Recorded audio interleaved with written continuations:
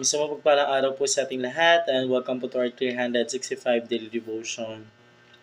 So ngayong araw po ang topic po natin is patungkol po sa ano ang kalagahan ng bautismo sa tubig. So baptism po ang ating topic po para sa araw na to.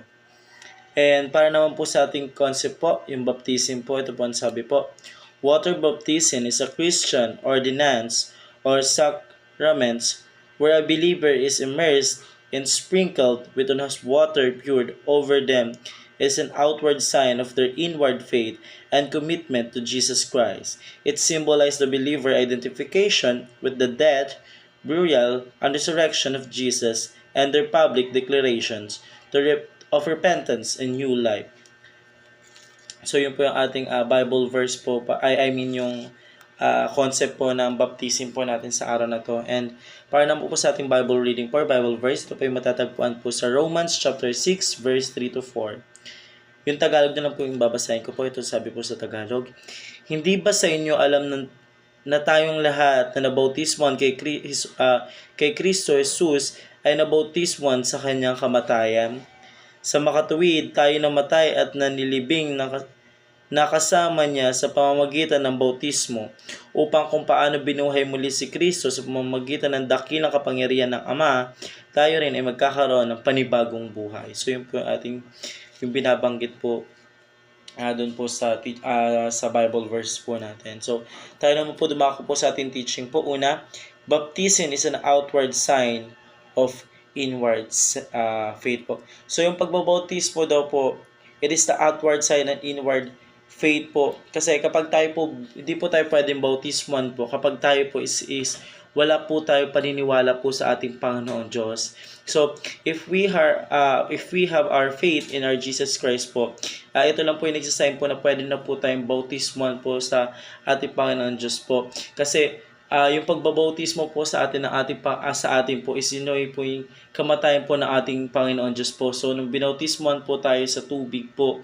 nabuhay po tayo muli, nagkaroon po tayo ng bagong sarili po natin.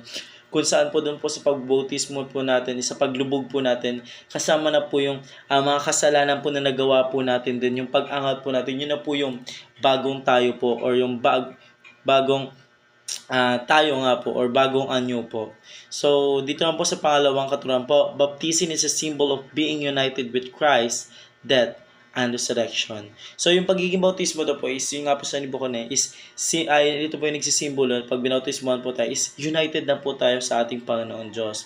So, nung pinako po yung ating Panginoon Diyos po, dun po sa Kalbaryo po, is kasama na po yung mga kasalanan po natin doon, kasama na po na namatay po yung mga kasalanan po natin na pinagbayaran po ng ating Panginoon Diyos na dapat po tayo gumawa.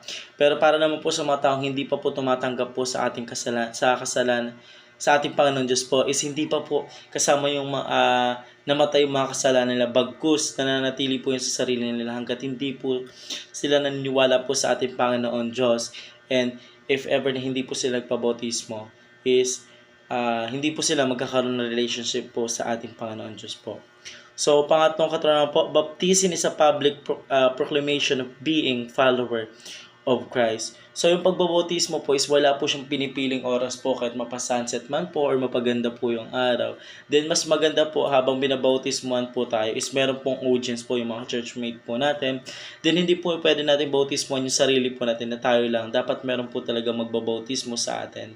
Then, pag yun po napagbautismo na proclaim na po na tayo po is anak na po ng ating Panginoon Diyos sa pamamagitan po ng bautismo, is magiging follower na po tayo ng ating Panginoon Diyos. So yun lamang po para sa araw na ito. Maraming salamat po sa pakikinig and see you po ulit bukas para po sa ating daily devotion.